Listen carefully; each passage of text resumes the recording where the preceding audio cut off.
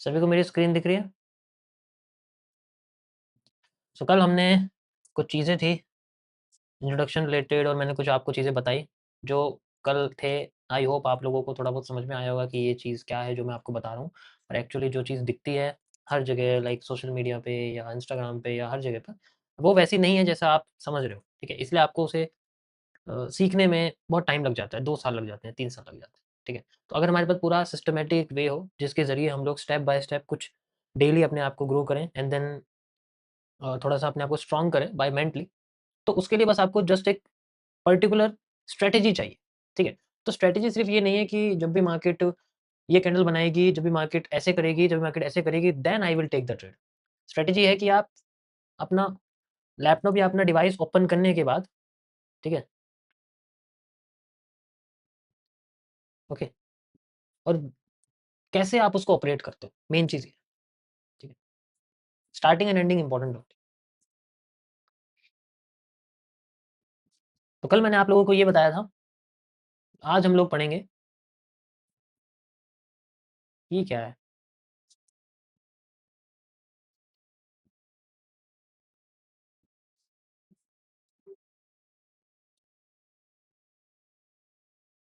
सीसीपीज़ के बारे में, ठीक है? क्या कह रहे हो? यार तुम मेरे होठों के पीछे क्यों पड़े हो? फ़िल्टर लगाना होता तो तुम्हें टिकटॉक पे होता ना, यहाँ थोड़ी होता।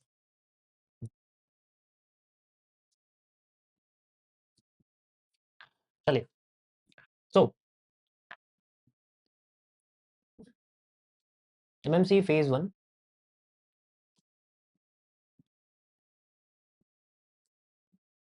सीसीपीज़, ठीक है? ये सबसे इम्पोर्टेंट है, मैं आपको पहले बता दूँ, जो भी मैं इसके बाद बताऊँगा दैट इज़ इन द 99%, ठीक है? तो ये है आपके 1%, याद रखना। जब भी मैं 1% का नाम बोलूँगा, एंटायर 100 डेज़ में, आज आपका डे 2 है, ठीक है? तो 1% अगर मैं बोलता हूँ तो आपको ये चीज़ें रिमेंबर करनी है, ठीक है? दिमाग में हमेशा ये रहनी चाहिए। सो सीसीपीज़ का मतलब होता है कॉम्प्लेक्स कैंडलस्टिक पैटर्न्स,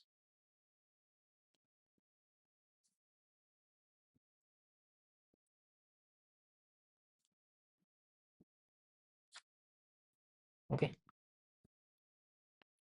तो सबसे पहले इसमें मैं आपको कुछ नया बताना चाहूँगा, दैट इज़ कि एक कैंडल की जो बॉडी है या जो शेप है, वो किस तरीके से क्रिएट होती है। ये हर एसेट के प्राइस के हिसाब से होता है, ठीक है? जिसमें जितना ज़्यादा वॉल्यूम होगा, जिसमें जितनी ज़्यादा वॉलेटिलिटी होगी, उसमें उतने ज़्यादा अच्छे स्ट्रक्चर बनते हैं, अच्छे कैंडल्स बनते हैं। सो जैसे मैं एग्ज़ाम्पल आपको बताऊँ, सबसे पहले हम लोग इसके अंदर पढ़ेंगे 1 सीपी मॉड्यूल के बारे में, कि किस तरीके से पहले एक कैंडल बनती है। तो अगर आपने ये सीख लिया कि एक कैंडल कैसे बनती है, आप ये समझ जाओगे कि सारी कैंडल कैसे बनती है। तो यहाँ पर हम थोड़ा-सा इसमें डीप रिसर्च में चलते हैं, okay? Just little deep research. Like जैसे मान लीजिए हम लोग बिटकॉइन की बात करते हैं, बीटीसी, ठीक है? तो ये जो बिटकॉइन है, इसका जो प्राइस है, वो अभी कितना चल रहा है? मान लो 75,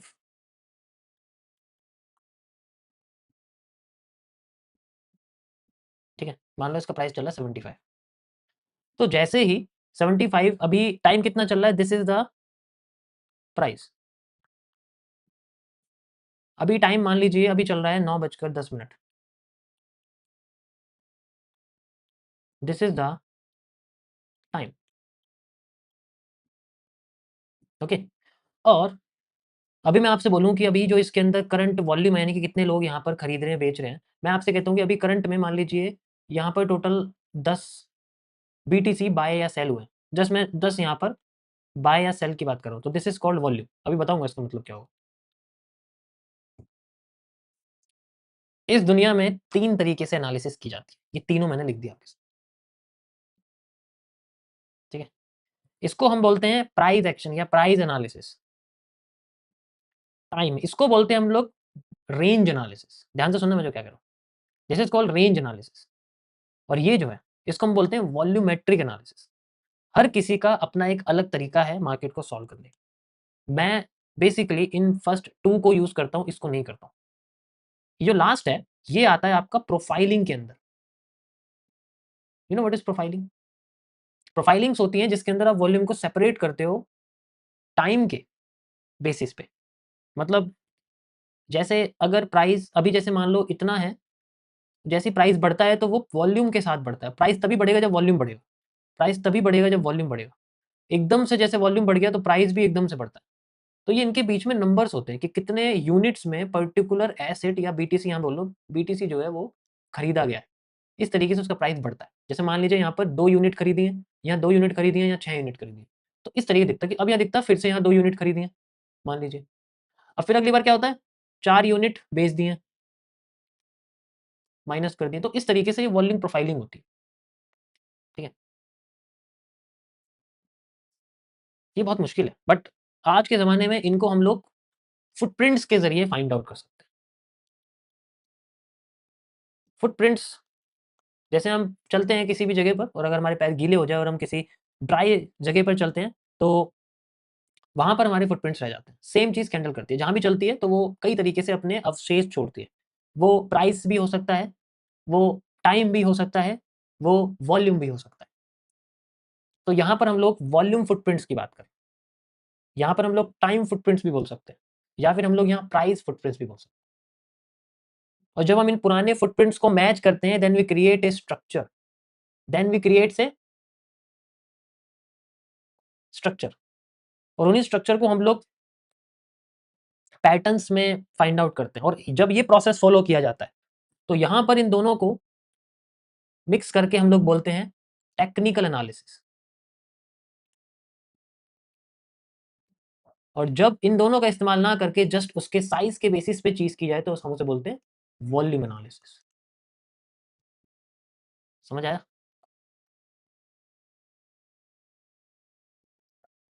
गॉट इट?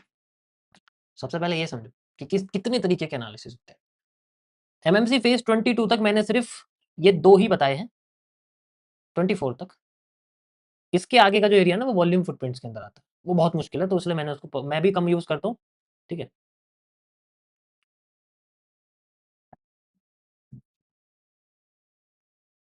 Got it? सो यहाँ पर जो टेक्निकल एनालिसिस है वो बहुत ईजी होता है क्योंकि अगर हम उसको फाइंड आउट करें in the basis of structure तो हम यहाँ पर यूज करते हैं one of the best way जो मुझे लगता है टेक्निकल एनालिसिस को करने का। One of the best way, repetition. Spelling थोड़ी गलत हो सकती है, एक बार देख लेना, बट मेरा यहाँ पर सुनना आप लोगों के लिए बहुत जरूरी है। ठीक है, गॉट इट?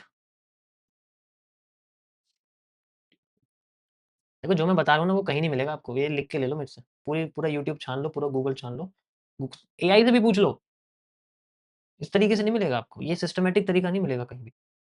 ठीक है, तो इसलिए थोड़ा सा अगर आप फोकस करोगे then you will find everything here. समय आपके पास नहीं है, मेरे पास बहुत है, पहले मैं ही बता दूं। तो जो सीरियस नहीं ले रहा है इट्स ओके, मैं पहले ही बोल रहा हूँ समय आपके पास नहीं है, मेरे पास बहुत समय है। सॉरी, मतलब मैं आराम से पढ़ा के उठूंगा, अच्छा खाना खाऊंगा, अच्छी नींद लूंगा, दैट्स इट। वैसे भी मैं खा चुका हूँ, मैं सीधे चॉकलेट खाऊंगा। तो रिपीटेशन, और इसी के बेसिस पे सारी की सारी चीजें यूज होती हैं। हम एक कैंडल के कई तरीके के उसके भाव पढ़ सकते हैं इनके बेसिस पे। ये हर चीज आपको कैंडल के अंदर नजर आ जाएगी। आपको इन सब चीजों के लिए किसी भी इंडिकेटर की जरूरत नहीं पड़ेगी। Candles are the indicator. ठीक है, कैंडल्स आर द इंडिकेटर। पहली मैं बता रहा हूं, अगर आपको प्राइस एक्शन पता करना है, प्राइस कैसे एक्ट कर रहा है, so you need candle movement. अगर आपको टाइम पता करना है so you need candle opening and closing. अगर आपको वॉल्यूम पता करना है you need candle body. Everything is in the candle. तो इसके अलावा आपको किसी भी तरीके की कोई इंडिकेटर यूज करने की जरूरत नहीं। Got it? तो यहां पर रिपीटेशन के बेसिस पे सारी चीजें की जाती है।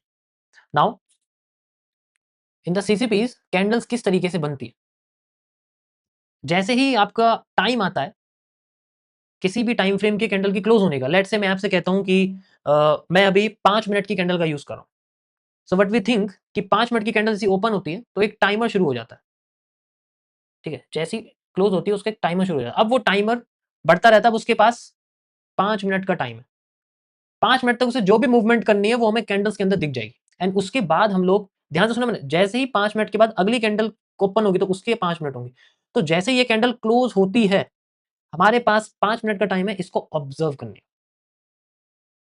इसके बीच में जो ये एक पाथ है, जो ये टाइम है 4 minute, 3 minute, 2 minute, 1 minute, 30 second, 10 second, इसके बीच में रिएक्ट करने वाला एक इम्पेशेंट ट्रेडर माना जाता है। ये 5 मिनट हो, 1 घंटा हो, 4 घंटे हो, 1 डे हो, 30 मिनट हो, 15 मिनट हो, उससे कोई फ़र्क नहीं पड़ता। ध्यान से सुनो मैं क्या कह रहा हूँ। इन दोनों के बीच का जो समय है, उसमें जो भी रिएक्ट करता है, the person is called the impatience. तो पेशेंस बस इन दोनों के बीच में आना लाना है। हमेशा क्लोजिंग के बाद रिएक्ट करना होता है और क्लोजिंग तक ऑब्जर्व करना होता है। इसलिए मैं हमेशा आपको कहता हूँ कि always use the larger time frame, क्योंकि आपकी ऑब्जर्वेशन टाइम बहुत हो जाता है। जितना छोटा टाइम फ्रेम होगा, उतना ऑब्जर्व करने के लिए कम समय मिलेगा, ठीक है? जितना बड़ा टाइम फ्रेम होगा, उतना ऑब्जर्व करने के लिए ज़्यादा समय मिलेगा। तो मेरे हिसाब से अगर स्टार्टिंग है, तो अगर जितना बड़ा टाइम फ्रेम रखोगे, उतना ज़्यादा आप ईज़िली ऑब्जर्व कर पाओगे, आपको चीज़ें डिटेलिंग दिखाई देगी, ठीक है? दूसरों के चक्कर में मत पड़ो कि कोई 1 मिनट कर रहा है, मैं 1 मिनट पे इसलिए क्योंकि मेरे पास ज़्यादा टाइम नहीं है। मेरे पास 1.5 घंटे का टाइम है, उसमें से मैं आधा घंटा एनालिसिस करता हूँ, 1 घंटा मेरे पे 60 मिनट है, तो मैं 1 घंटे में 60 कैंडल 1 मिनट की समझा सकता हूँ। लेकिन अगर मैं 15 मिनट यूज़ करूँ, तो 4 कैंडल ही बता पाऊँगा, ठीक है? तो ये मत सोचो कि मैं 1 मिनट यूज़ कर रहा हूँ, वो इट्स जस्ट माय स्टेज, ठीक है? तो मुझे कम से कम टाइम में ज़्यादा से ज़्यादा परफ़ॉर्म करना है। लेकिन आपके साथ ऐसा नहीं है। तो यहाँ पर जितना ज़्यादा आप इन दोनों चीज़ों पे फ़ोकस करोगे, इनके बीच में, तो यू विल सी कि यार बस ये कैंडल क्लोज़ हुई, देन अब मैं देखता हूँ आगे मुझे क्या करना है। तो जैसे ही यहाँ पर 5 मिनट के बाद जैसे अगली कैंडल बनती है, तो हो सकता है वो ऊपर जाए। ऊपर जाती है तो we have a positive volume. ध्यान से सुनो, ऊपर जाती है तो we have a positive volume, और अगर वो नीचे जाती है, so we have a drained volume या ड्रेनिंग वॉल्यूम, ठीक है? तो लेट्स से अगर मार्केट ऊपर जा रही है, तो इसका साइज़ बढ़ता रहेगा। इसका साइज़ हमारा बढ़ता रहेगा। मान लीजिए वो बढ़ती जा रही है, ऐसे बढ़ती जा रही है, इस तरीके से, तो उसका साइज़ बढ़ता रहेगा। और ये जो एरिया है, ठीक है? ये जो एरिया बढ़ रहा है, इसको हम लोग बोलते हैं holding volume. This is called, ध्यान से सुनना, मैं कुछ चीज़ें बताऊँ। This is called holding volume. ये कैंडल की बॉडी का पार्ट होता है, इसको हम लोग होल्डिंग वॉल्यूम कहते हैं। अभी ये चल रही है, तो मैं इसको होल्डिंग वॉल्यूम बोलूँगा। जैसे ही ये टाइम बढ़ता रहता है, तो हो सकता है मार्केट एकदम से नीचे हो जाए, मतलब कैंडल एकदम से नीचे हो रही है। तो जैसे ही कैंडल यहाँ से नीचे हो रही है, तो इसका जो होल्डिंग वॉल्यूम है, वो भी कम हो रहा है।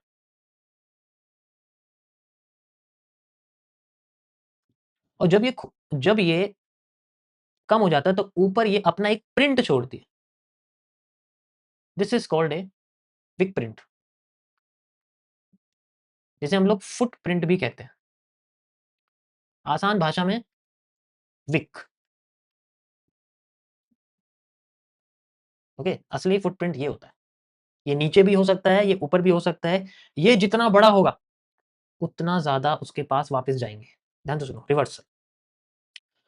तो अब ये जैसे ऊपर जाके क्लोज़ हुआ है, 5 मिनट हो गए, तो ये ग्रीन कलर की कैंडल आएगी। आप अपने चार्ट का कलर कैसा भी कर सकते हो, बट डिफ़ॉल्ट में ग्रीन अगर यूज़ करोगे, तो आई थिंक वो ज़्यादा अच्छा, ठीक है? तो अब ये जो फुटप्रिंट है, ये थोड़ा-सा कन्फ्यूज़िंग है, आई थिंक।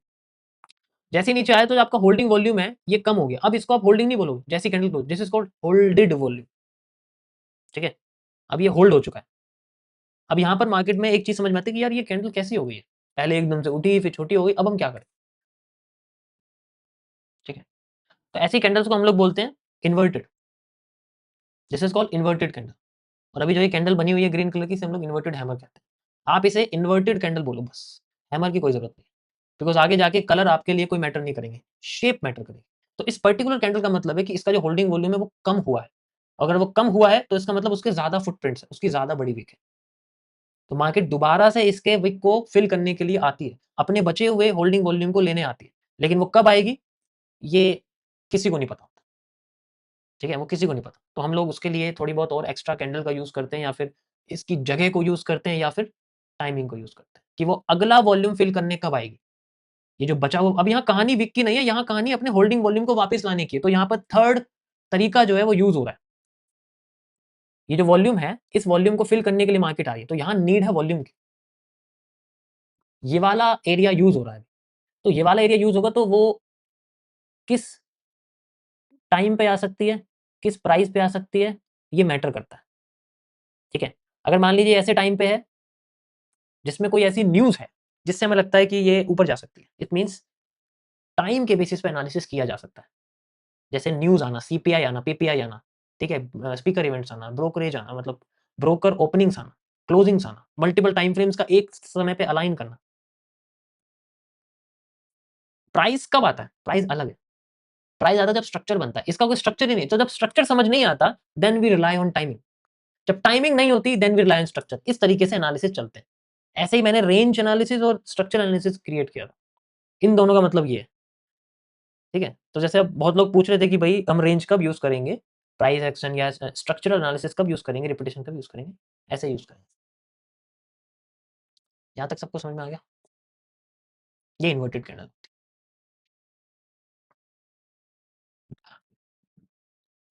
एक बार सभी लोग मुझे बता दो यार, क्योंकि थोड़े से मुश्किल टॉपिक हैं। डीप में मैं थोड़ा सा जा चुका हूँ, मतलब इससे डीप में भी है बट इतना डीप बहुत ज्यादा होता है। ठीक है?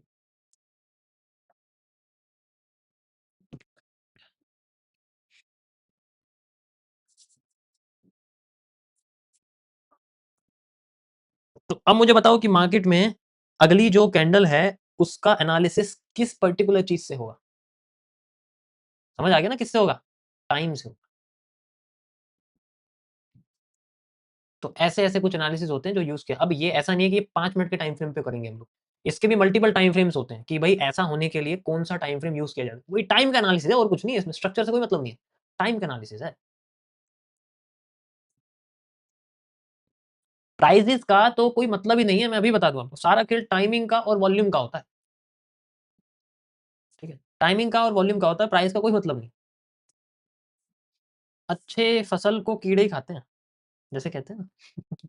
वही सेम चीज़ है यहाँ भी।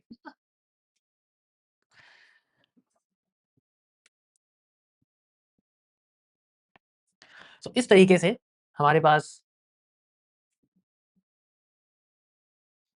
तब होता है जब हमारे पास जैसे मान लीजिए कि ओपनिंग होती है। ओपनिंग होते ही मार्केट में एकदम से सेलिंग आती है और सेलिंग आते ही नीचे जाती है, फिर वो दोबारा से ऊपर आ जाती है। This is how we create a normal hammer type structure. तो जिसे हम लोग हैमर टाइप स्ट्रक्चर कहते हैं। जिसमें कलर आपका रेड, ग्रीन दोनों देखो ये मैं दोनों कलर बताया ताकि आपको ये रहे कि ये रेड भी हो सकता है, ठीक है? और ये आपका ग्रीन भी हो सकता है। सेम ये आपका रेड भी हो सकता है, ये आपका ग्रीन भी हो सकता है। स्ट्रक्चर से इतना मतलब कलर इतना इम्पोर्टेंट नहीं है, ये मानो अभी फिलहाल के लिए। बेशक ग्रीन ऊपर जाता है, रेड अंदर ही रहता है, बट इससे कोई इतना फ़र्क नहीं, ठीक है? तो यहाँ पर भी होल्डिंग वॉल्यूम आपका ये है, ये होल्डिंग वॉल्यूम है, ये आपका फुटप्रिंट है यानी कि विक है। ओके। देखो अब होता क्या है ना कि हर तीनों कॉन्सेप्ट में कैंडल को अलग-अलग नाम दिए गए। तीनों कॉन्सेप्ट में कैंडल को अलग-अलग नाम दिए गए। जैसे मैं वॉल्यूम की बात करूँगा तो उसमें फुटप्रिंट बोलते हैं विक को। प्राइस की बात करूँगा तो उसमें फुटप्रिंट को बोलते हैं विक। टाइम की अगर हम बात करें तो इसमें फेक मूव कहते हैं, कि इस समय पे फेक मूव आया था, इस तरीके से। जिसे हम लोग लिक्विडिटी कहते हैं। तो यहाँ एक वर्ड है जो यूज़ करेंगे हम लोग, this is called A liquidity. और लिक्विडिटी भी ये नहीं होता, लिक्विडिटी ये होता है। This is called the liquidity. Liquidity बस एक पॉइंट होता है जहाँ तक मार्केट आती है एंड देन वापस चली जाती है। तो वो एरिया है जिसके ज़रिए होल्डिंग वॉल्यूम से उस लिक्विडिटी को फिल किया जाता है। ठीक है? सो ऐसी कई सारी कैंडल की शेप बनती हैं, तो आप उसमें से कोई भी शेप ले सकते हो। ये एक कैंडल है, इसी तरह कैंडल से मिलके कई सारी शेप्स बनती हैं एंड देन उनके रिपिटेशन को हम लोग यूज़ करते हैं। जैसे अगर हम यहाँ पर बात करें, जैसे ये हैमर बन गया, इसी तरीके से कई सारी कैंडल होती है, लाइक फुल बॉडी की भी कैंडल्स यहाँ पर बनाई जाती हैं। जैसे अगर मैं आपको बनाऊँ तो इस तरीके से ये फुल बॉडी कैंडल होती हैं, कुछ ऐसी होती हैं जिनके अंदर बॉडी नहीं होती, वो वीक होती हैं, ऐसे बन जाती हैं। कोई कैंडल ऐसे बन जाती है, कोई कैंडल ऐसे बन जाती है, ठीक है? तो कोई कैंडल ऊपर-नीचे से दोनों सेम होती है, ऐसे बन जाती है। तो इससे इतना फ़र्क नहीं पड़ता। दीज़ आर जस्ट अब आपको समझ में आ गया कि कुछ हैं जिनमें वॉल्यूम्स होते हैं, कुछ हैं जिनमें वॉल्यूम नहीं होते। ठीक है? जितना बड़ा वॉल्यूम होगा उतना ज़्यादा होल्डिंग पावर रहेगी मार्केट के पास। और जितना वॉल्यूम खत्म हो जाएगा उतना ज़्यादा वो इंडिपेंडेंट ना होके उसे अब किसी अगली कैंडल के ऊपर डिपेंडेंसी लानी पड़ती है। यानी कि वो अकेले काम नहीं कर सकती और कैंडल कभी भी अकेले काम नहीं करती है। बहुत कम केस होते हैं जिसमें कैंडल अकेले काम करे बट मोस्टली वो किसी न किसी नेक्स्ट कैंडल की उसे ज़रूरत पड़ती है। ठीक है? ऐसे केस में हम लोग यूज़ करते हैं 2 सीपी मॉड्यूल। वो पर्टिकुलर कुछ चीज़ों के लिए होती है। 1 सीपी के बाद we have the next 2 CP candles.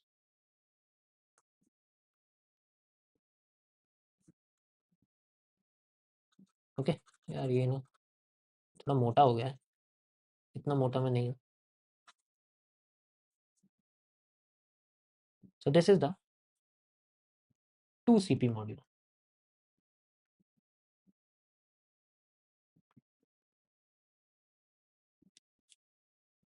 किस तरीके से ये यूज़ होता है? यहाँ पर वो कैंडल्स आती हैं जो बेसहारा होती हैं जिनको अपना ठीक है अ मूव अकेले नहीं लाया जाता, वो ज़्यादातर ऐसी होती हैं जिनमें विक नहीं होती या फिर जो ऊपर-नीचे से सेम होती हैं। ऐसी कैंडल में हमें दूसरी कैंडल की ज़रूरत पड़ती है।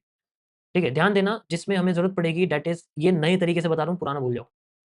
ना कोई engulfing nothing. So we have this type of candle जिनमें ऊपर और नीचे की विक लगभग-लगभग बराबर होती है, तो या तो हमें इसमें नीचे कैंडल चाहिए होती है या फिर हमें इसमें ऊपर कैंडल चाहिए होती है and this is one of the rarest pattern. इसलिए तो मैं 1% बोल रहा हूँ इन सबको।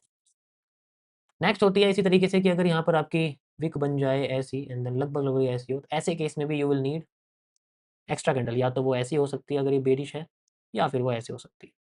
ठीक है? दोनों मैंने अटैच कर दिया तो आप दोनों में से कोई भी एक कैंडल ले सकते हो। ठीक है? समझ आया? That is the main thing.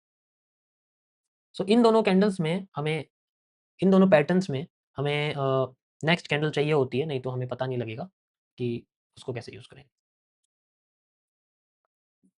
In candle में ये इंडिपेंडेंट वर्क करती हैं। इनके साथ एनगल्फिंग की कोई ज़रूरत नहीं है। जो मैं स्ट्रैटेजी आगे बताऊँगा उनमें ये यूज़ होगी। ठीक है? कि इसलिए ये जो दोनों पैटर्न है, जस्ट रिमेंबर दिस। इसलिए मैं इनके कैंडल्स की बॉडी और शेप के अंदर ज़्यादा मैं घुसूँगा नहीं क्योंकि कभी-कभी ये बन जाए तो वो ना बने तो मूव छूट जाता है इसलिए बता रहा हूँ कि ये अगर ऐसी कैंडल है तो यहाँ हमें इनके कॉम्बिनेशन यूज़ करने पड़ते हैं। ठीक है? एंड देन उसके बाद हम इन दोनों कैंडल्स को इंडिपेंडेंटली यूज़ कर सकते हैं। या तो ये नीचे अपोज़िट कोई भी कलर या तो ऊपर या अपोज़िट कोई भी कलर। ये हम लोग यूज़ कर सकते हैं। ओके? यार थोड़ा मॉडरेटर एक बार चैट्स को देख लोगे? ठीक है?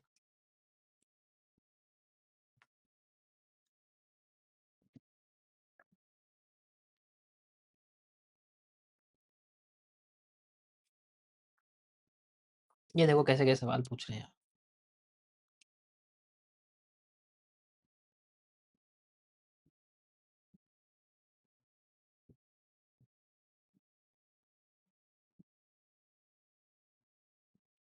हुँ। इसमें फेक नहीं होता क्या? और ज़्यादा डीप में बताओ, कैंडल पैटर्न चाहिए, ये सब बता दिए हो। अरे भाई आपके अलावा यहाँ पर 2000 लोग बैठे हुए हैं, ठीक है? तो थोड़ा-सा ये सोचो कि I am learning with all of the people, थोड़ा-सा। मैं डेली हैमर यूज़ कर रहा हूँ, पिछले 8 साल से। मैं तो कभी नहीं कहता हैमर से कि यार कुछ और बन के आ मेरे सामने, मैं नहीं यूज़ करूँगा अब तेरे को, ठीक है? कल को हैंगिंग मैन बन के आइयो तभी यूज़ करूँगा मैं या कल को मारू-वरू बन के आइयो तभी यूज़ करूँगा। ऐसे-ऐसे मैं रिएक्ट करने लग जाऊँ क्या सबके साथ? हुँ? तो just repetition is boring but वो होता है, काम करता है। ओके?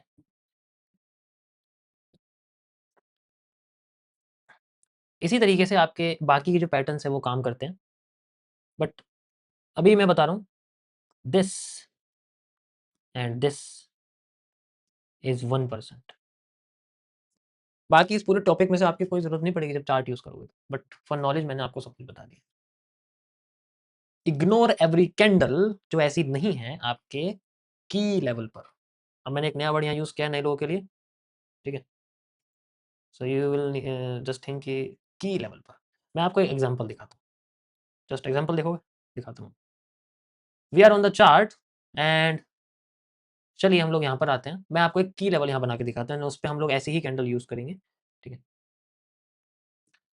सो द सी ये मान लीजिए मैंने यहाँ ये लगा दिया यहाँ पर, ठीक है? या फिर ये मान लीजिए मैंने अभी फ़िलहाल के लिए मैं ये यूज़ कर रहा हूँ,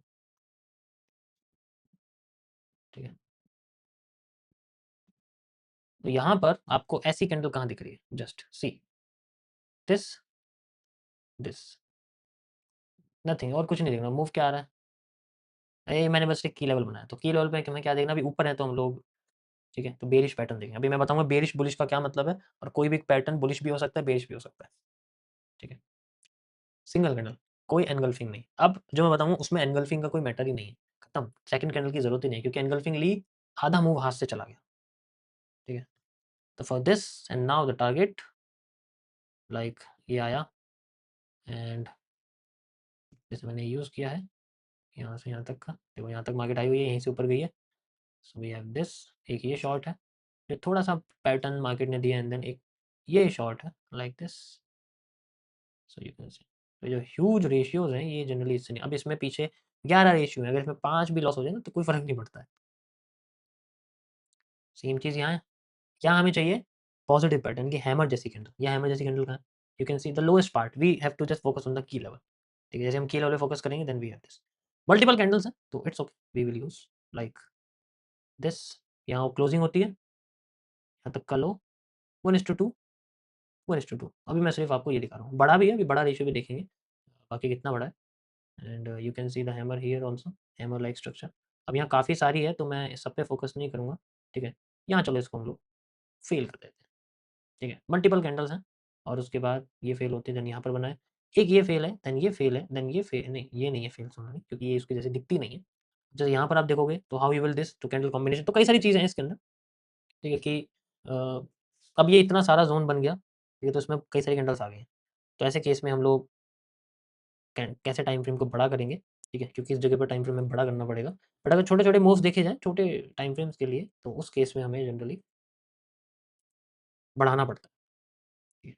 बट यहाँ छोटे-छोटे मूव मिल जाते हैं, ऐसी कोई बात नहीं है। इसके अंदर क्या है कि मैंने सिंपल आपको जस्ट रिपिटेशन लगाया है, इसके अंदर और भी चीज़ें यूज़ करते हैं, जिससे सही कैंडल निकल के आती है। ऐसे बीच में से कुछ भी यूज़ नहीं करें। मैं बस आपको ये दिखा रहा हूँ कि जैसे की लेवल है, की लेवल हम डायरेक्ट यूज़ कर रहे हैं।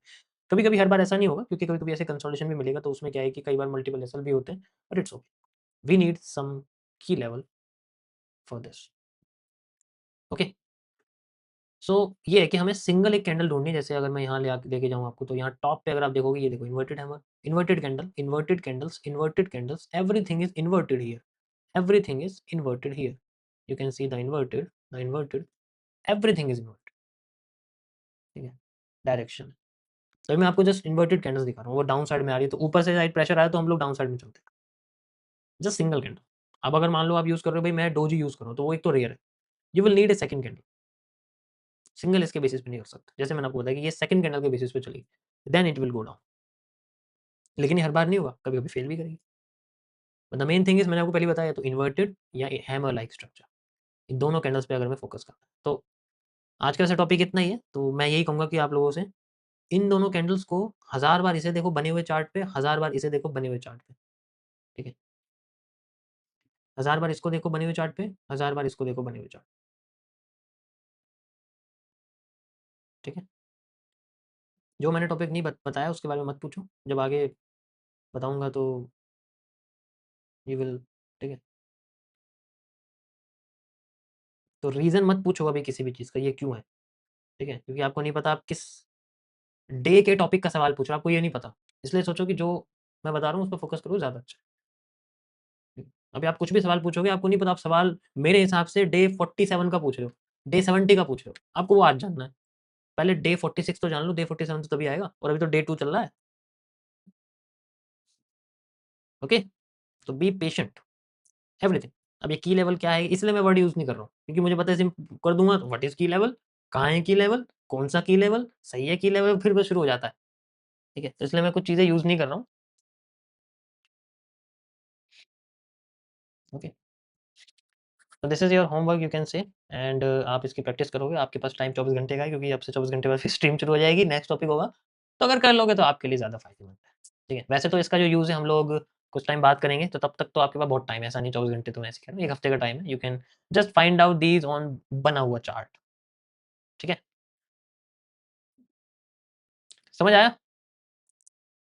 एंड बाकी काफ़ी लोग पूछ रहे थे कि ऑनलाइन क्लासेस का मतलब प्राइवेट में तो आप भी सीख सकते हो, मैंने ओपन कर दिया है, डिस्क्रिप्शन में भी डाला हुआ है। तो जिनको पहले से कम टाइम में सीखना है, जैसे मैं ये 100 डेज़ तो हर कोई नहीं कर पाएगा, तो जिसको 11 दिनों में सीखना है ओनली, एंड एक प्राइवेट डिस्कशन आप बात कर सकते हो मेरे से, जो भी आपको प्रॉब्लम है, एक दिन, ठीक है? मतलब ग्रुप डिस्कशन होता है वो, तो सारे लोग उसमें एक सवाल एक क्रिएट करते हैं, देन आप पूछ सकते हैं। तो उसके लिए भी मैंने शुरू कर दिया, तो ऑनलाइन क्लास के लिए आप बोल रहे थे काफ़ी टाइम से, मैंने बीच में बंद किया था इस महीने के लिए, ठीक है? बट काफ़ी नीड है तो इस वजह से मैंने शुरू किया है। तो 100 दिन को 11 दिन में कन्वर्ट अगर करना है then you can join it, okay? Supply कर सकते हो आप, मैंने डिस्क्रिप्शन में डाला हुआ है लिंक, वहाँ पर आपको सारी की सारी चीज़ें मिल जाएँगी, ओके? ग्रे ज़ोन वगैरह मैं आपको बताऊँ उसको हम देखो मैंने क्या बोला, मैं जो भी बता रहा हूँ उसके पीछे एक रीज़न है और जो नहीं बता रहा हूँ उसके पीछे भी रीज़न है, ठीक है? मैं उनकी तरह नहीं हूँ जो बिना बाल-वाल ठीक करे या बिना ऐसे धोए आ जाते हैं ना स्ट्रीम पे, उनका काम भी ऐसे ही होता है, उनका लुक भी ऐसे ही होता है। मैं हर चीज़ मेंटेन रखता हूँ, everything, single to single point में मेंटेन करके रखता हूँ। सो आज के लिए इतना ही guys, thank you for watching.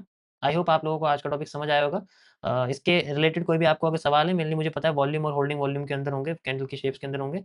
So please एक बार आप लोग कमेंट कर देना लाइव स्ट्रीम के कमेंट सेक्शन पे या फिर आप इंस्टाग्राम पे मुझे मैसेज वहाँ भेज सकते हो। मैं एक बार वहाँ से चेक करके जनरली वो बेस्ट क्वेश्चन निकाल के और फिर उनको टॉपिक में कन्वर्ट करके आप लोगों को देखो हर किसी के सवाल के आंसर देना बहुत मुश्किल है।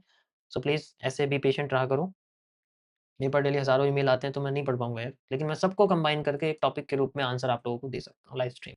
सो कल आप लोगों की लाइव स्ट्रीम होगी एंड देन उसके अंदर मैं आपको नेक्स्ट टॉपिक आपका बताऊँगा जो कि आपके टेलीग्राम चैनल पर आ जाएगा। मैंने डिस्क्रिप्शन में डाला हुआ है और यहाँ भी टेलीग्राम की लिंक है, तो जिन्होंने जॉइन करना है आप अपडेट्स के लिए जॉइन कर सकते हो। ठीक है?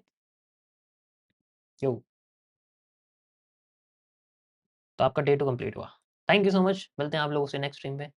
तब तक के लिए good night and sweet dreams.